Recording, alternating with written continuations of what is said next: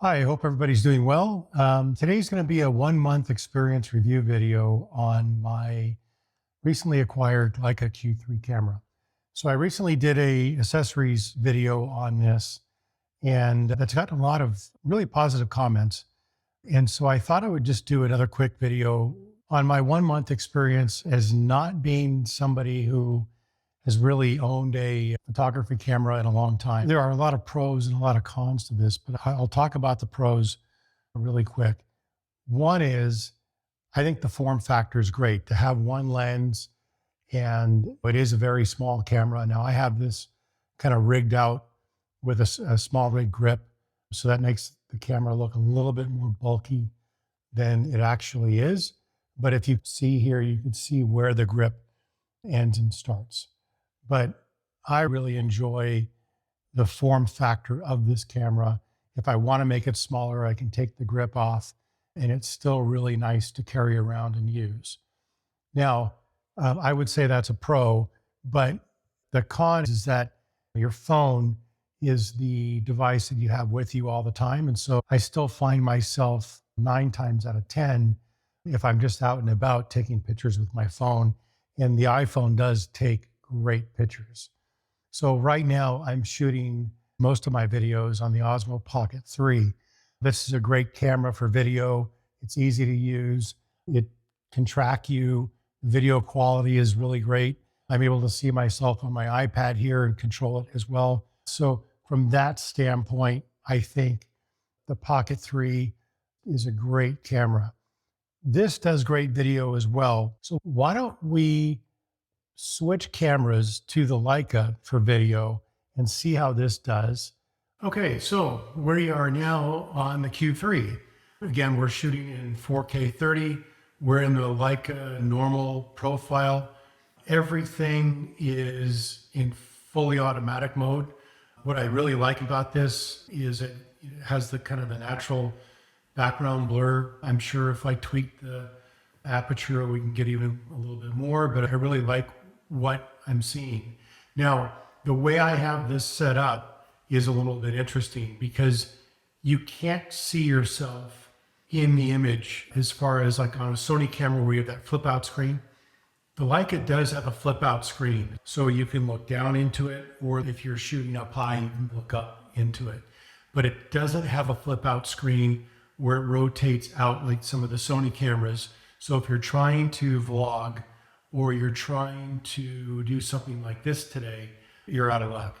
So what I've set up is a hot shoe mount that I'm screwing my camera into so I can see myself as a remote cam. Now that's pretty cool because the Leica app does do a really good job of streaming video or images to the iPhone. The other thing I found, since we're talking about video, is that while the app does a really good job of syncing items off your camera onto your phone, it won't download video, which is really weird because I could take video from the Pocket 3, for example, and port it straight into the iPhone or iPad wirelessly, and there's no problems. However, with the Leica, it does not let you do that with video. You literally have to plug the camera in to your computer or whatever, or take the SD card out and port it in that way to download your video. At least I haven't been able to find a way to do that. Now, if you've figured out a way to do that, please let me know, because I'd love to know. And I promise you, this won't be a video review, but we're talking about video first. We've had cameras now, whether it's the iPhone, whether it's the Pocket 3. A lot of you know that follow my channel, I shoot with Insta360 cameras quite a bit. So whether it's the Ace Pro or even the X4, they figured out how to do this video thing really well. The Ace Pro will shoot an 8K video, I think in 24 frames right now. I think the new Ace Pro that's coming out will shoot in 30 in 8K. This Leica Q3 will shoot in 8K video as well. So this 8K thing is coming up, no problem, right? But you look at some of these action cameras and even you look at the iPhone, and there's simple things like image stability. where you can go out and you're going to get a really stable piece of footage. I'll take a walking video just out in the backyard, hand holding this camera.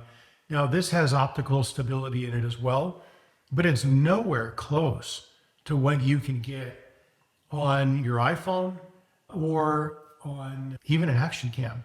Leica came out with a survey the other day about video, and it's like, why are you guys trying to reinvent the wheel? These cameras nowadays do such a great job with image stability, image resolution, overheating, all those things that have been, unless you're GoPro, it's a whole different story. But they figured all this out. And one of the questions on the survey was, would you be willing to not have certain features on the photo side of the equation, or if the camera got bigger because we added some features on video? And the answer is no.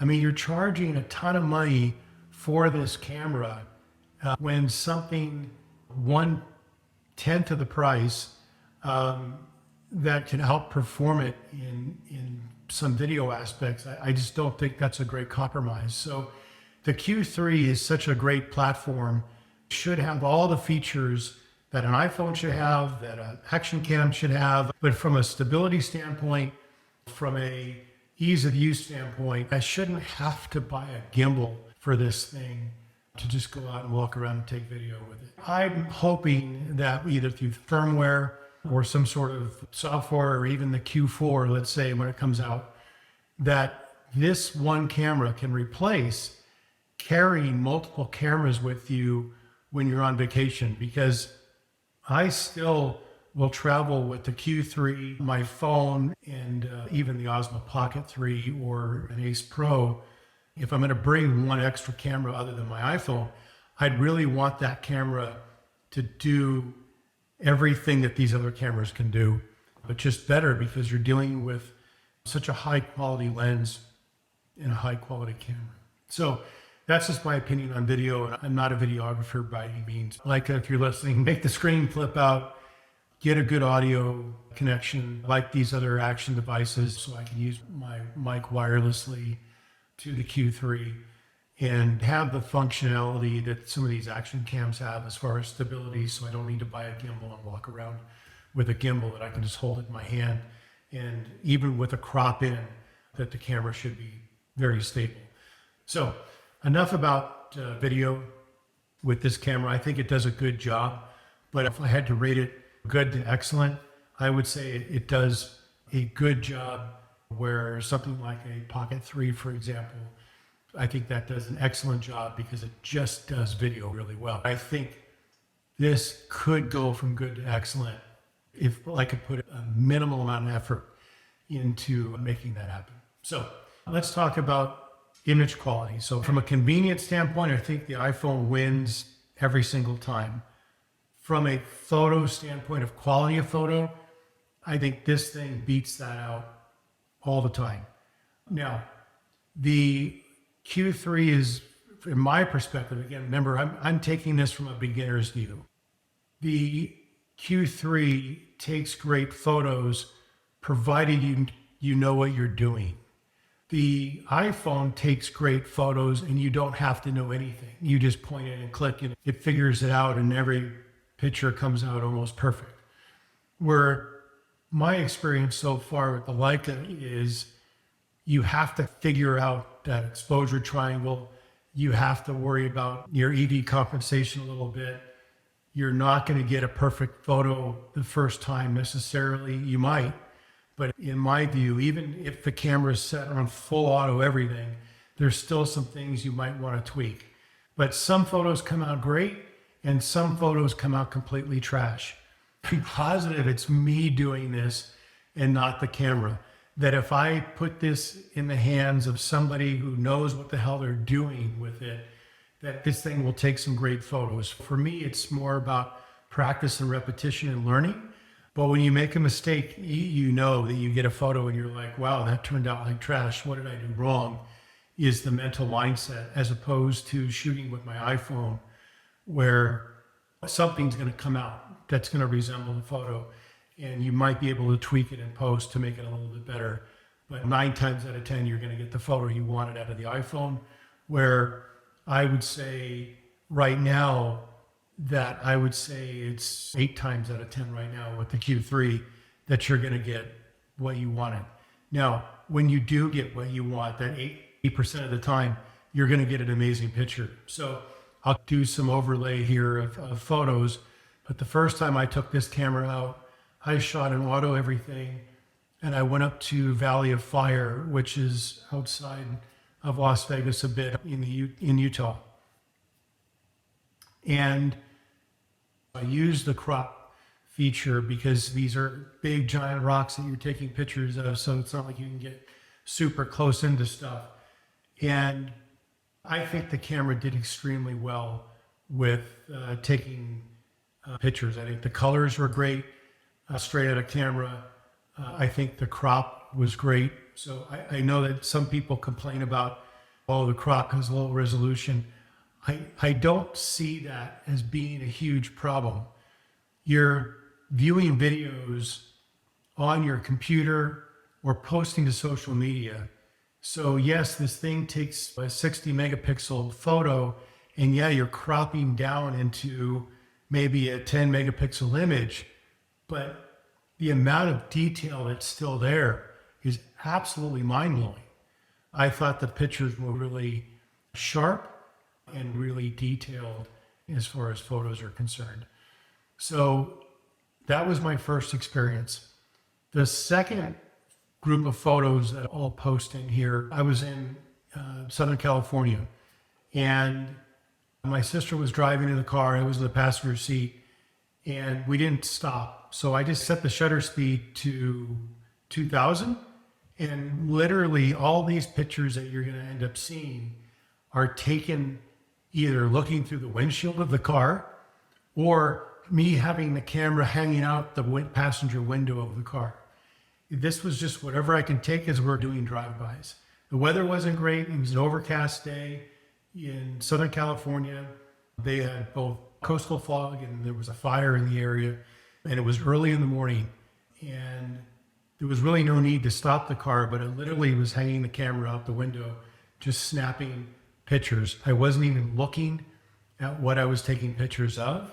We were driving by areas that there was things I wanted to see, but we didn't stop. And I think a lot of these pictures came out great. They were all in focus. Everything else was in auto mode. And some of the pictures came out and I was super, super impressed. However, I think one shot that really stood out in my mind is this group of cyclists that were riding up Sunset. And this picture was taken out of the front windshield of the car that I was in. The amount of detail going through a car windshield and then cropping in on it to get rid of the hood and all that stuff was absolutely mind-blowing. And so I'll post that picture here and you can see that as well. I think it turned out great. I also created a black and white version of it as well, just because I think that one is pretty cool. The next group of photos I did were at night. One of the things I had to learn was all about the metering modes of the camera. That's completely new to me and I'm still learning that. I went outside just in the front of the house and took some pictures at night, and some of them came out trash and some of them came out pretty well once you got everything figured out. But then I took a trip to Minneapolis to visit my nephew, and I walked around at night with this camera and I did something wrong, right? Something happened. And I think it was in this metering, but the exposure wasn't set right, or I had something set incorrectly. And I'll post that picture here as well, because what I was trying to capture a picture of is us walking across the Mississippi River and the city in the background. So you could barely see that there's a city in the background, but you do get a really cool picture of the bridge walking in the city. The more I got frustrated with that because I wanted to get this beautiful cityscape, the more now I appreciate it, given that really the bridge is the focal point of this particular picture. Anyway, love it or hate it, that's the night learning curve that I'm on right now, is trying to expose properly for night and hoping that there's a good city picture somewhere. I did play around with it more. and did get some good city shots in other places. But that particular picture that I wanted, I didn't get with the Q3. And recently there was a sunset that hit, and I didn't think anything of it. In fact, I was on the phone with my sister, and I'm like, oh my gosh, I got to take a picture of this and send it to you. So I whipped out my iPhone and took a picture, and it was pretty good. But then I'm like, let me go inside and grab the camera, right? The Q3. And I shot with this, and this is the picture I got out of it. And it was incredible. It was probably one of the most unique sunsets I've ever taken in my life. I take a lot of pictures of sunsets. I used to live in a high rise, and so one of my things was taking pictures of sunsets. So this is the picture I got. And this is one of those ones where I think I got everything dialed in. I was hand holding the camera, and I am really happy with this particular picture in low light. The sunset was just amazing that particular day. The colors that this thing captured was absolutely phenomenal. So I'm really happy with this particular photo. I think that it's at least teaching me to slow down a little bit and figure out what I'm really trying to capture and what's the story that I'm trying to convey with the camera when I look through it, as opposed to just shooting with your phone. And so I think that's the other realization I think I'm coming to with this. So that's just a quick video of kind of my first 1 month experience with the camera. I think it's a great camera. I think there are pros and cons to having something like this. I'm sure the cons are going to be mostly resolved with the amount of experience that I end up getting with this camera and learning more as I take more pictures with it. But so far, I'm having a blast doing it.